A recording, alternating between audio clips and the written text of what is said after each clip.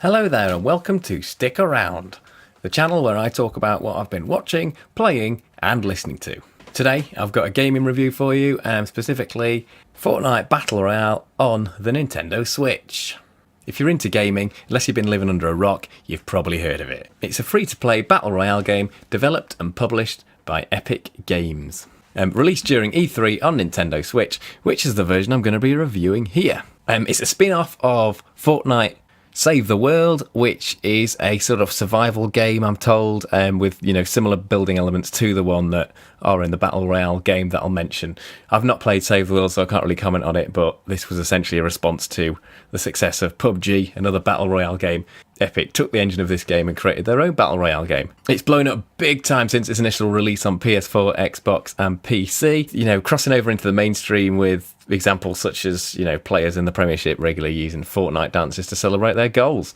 And I believe there was a Fortnite dance in the World Cup final somewhere. Let's get into the gameplay. So, on the surface, it's a standard kind of Battle Royale affair. 100 people fly onto an island. In this case, they jump out of a battle bus.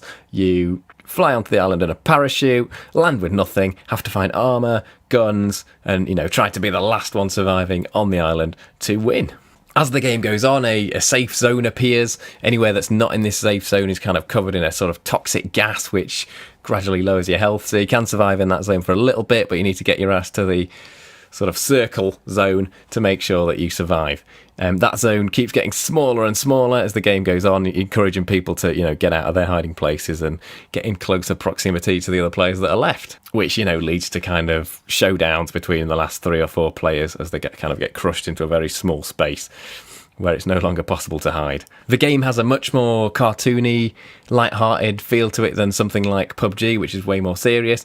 This game's not only got a cartoony look, but just this kind of goofy feel thanks to the pretty crazy characters, the silly things like trolleys on the map, which you can use to roll down hills, and the crazy victory dances there are, which have kind of become pretty famous. The shooting feels a lot less sort of satisfying than many shooters, and also knocking another player out isn't as rewarding as it could be, but it's perfectly serviceable.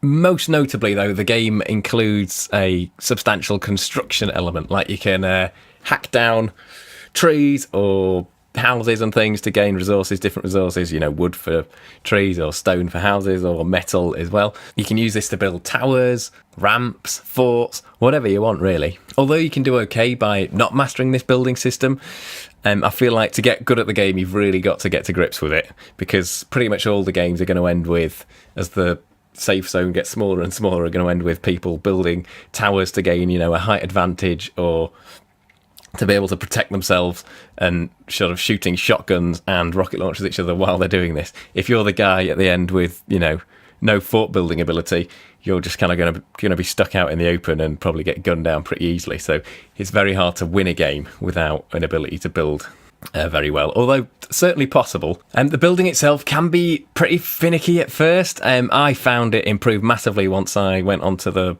change the control scheme to what's called Builder Pro, which kind of puts each building piece onto a certain button, which once I learnt those, it became a lot quicker and easier. Still, I'm not the best at building, but I've certainly got a lot better.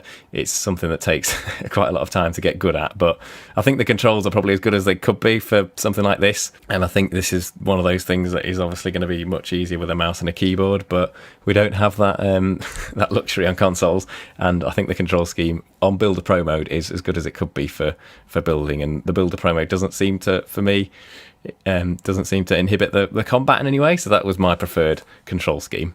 So overall, the gameplay is fun, and the construction element, I think, adds a lot of depth to the game and makes it a little bit more interesting than just a standard shooty last one surviving deal. However, obviously it's very repetitive by nature. There's only one map. It's a big map, but there is only one, and every game's kind of the same. There are other game modes but they're all just variations of the same thing in terms of, you can have duos or teams of 5 or sometimes teams of 50, but essentially the gameplay and everything isn't all that different. Variety is brought to the game to some extent by every season the map changes quite a bit, or even during seasons some slight things change, which gives the game a real kind of live and current feel, which is cool. But those changes don't make enough of a difference to kind of stop it feeling repetitive if you play a lot of it. Visually, it definitely takes a downgrade from the PS4 version. In handheld mode, it's not all that noticeable, but in docked mode, it certainly is. Things are less detailed. There's a bit of pop-in, which doesn't exist as much on the PS4 version. And things just have less of that sort of polished sheen to them than they do in the PS4 version. It doesn't look bad by any means, it still looks fine. And I feel like the cartoony nature of the game makes the drop in resolution feel somewhat less painful. Resolution-wise, it aims for 900p in docked mode and 720p in handheld mode. I found the resolution can drop in docked mode when things get really busy in the game, but in handheld mode I found things to be pretty consistent. Whether that's because I noticed resolution drops less on the smaller screen, I don't know, but it just felt that way to me. Performance-wise, it also takes a drop on Switch, being 30 frames per second instead of the 60 frames per second you get elsewhere on Xbox One, PS4 and PC. But despite the drop in frame rate, I feel like it's really consistently at 30 frames per second. I've only had a couple of moments where it's got pretty choppy in my experience in the game, and generally things are really consistent, and 30 frames per second is still, the experience feels a bit less smooth than the PS4 version, but not in a way that makes it, in my opinion, too much less enjoyable.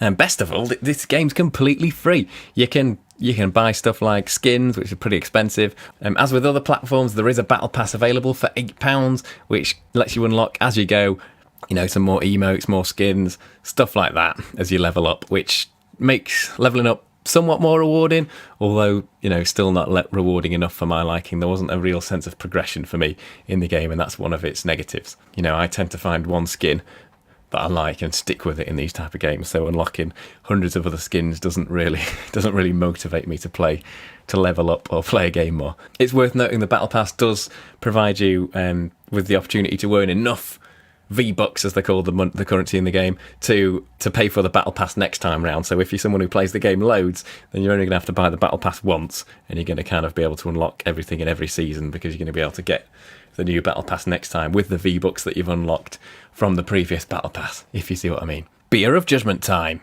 because it's too darn hot for tea. I'm going to give this thing a 7. It's a really fun game. The Switch for me is the perfect platform for it, because you can get into the game way quicker than you can on any other platform because of the Switch's non-existent boot up time. And the ability to play the game handheld has, led to me playing the game a lot more than I have on any of the other systems. The controls are a little bit more finicky and stuff with the handheld, but still perfectly playable and fine. Another thing worth noting is that people are worse on the Switch version, so for me, good place to start. If you find yourself getting dominated on PS4, you'll be surprised you're probably actually quite decent on the Switch version, because people have been playing it less on there, I guess. I've certainly had way more success on the Switch version than I have on the PS4 version. Seems like a good place to get started. It runs well enough to be perfectly playable, and for me, the downgrade in the visuals and the frame rate are well worth it for the pros of being able to play it handheld and the quicker boot up time. To just go in there and play one round and then turn it off again. It's super fun. It can be completely free if you want it, and that doesn't in any way inhibit your experience. You've still got the same chance of winning as anyone else. Purely skill-based, you can't pay to win. And there's enough depth here to keep you playing for a good while. On the negative side, it does get repetitive. The gunplay doesn't feel, as good as it could. And for me, progression, even with a battle pass, wasn't all that rewarding. For me, it was kind of the fun that I was having playing the game that kept me hooked, rather than the wanting to unlock things as I go along. Ideally, you'd want a little bit of both, but I suppose if there's going to be one or the other, then this way around is better. Overall, Fortnite Battle Royale on Switch is a fun time. Thanks for watching. You can head over to our website on stickaroundpodcast.com, links below, to check out articles or the podcast that I do with a bunch of my friends. Please subscribe. Press that button below. That would be awesome. I'd love it if we got some more subscribers. Do you agree with the review? Do you disagree? Did the, beer of judgment, did it shock you? Were you appalled at the fact that I drank beer? Comments below. But remember, be kind to each other. I'll see you next time.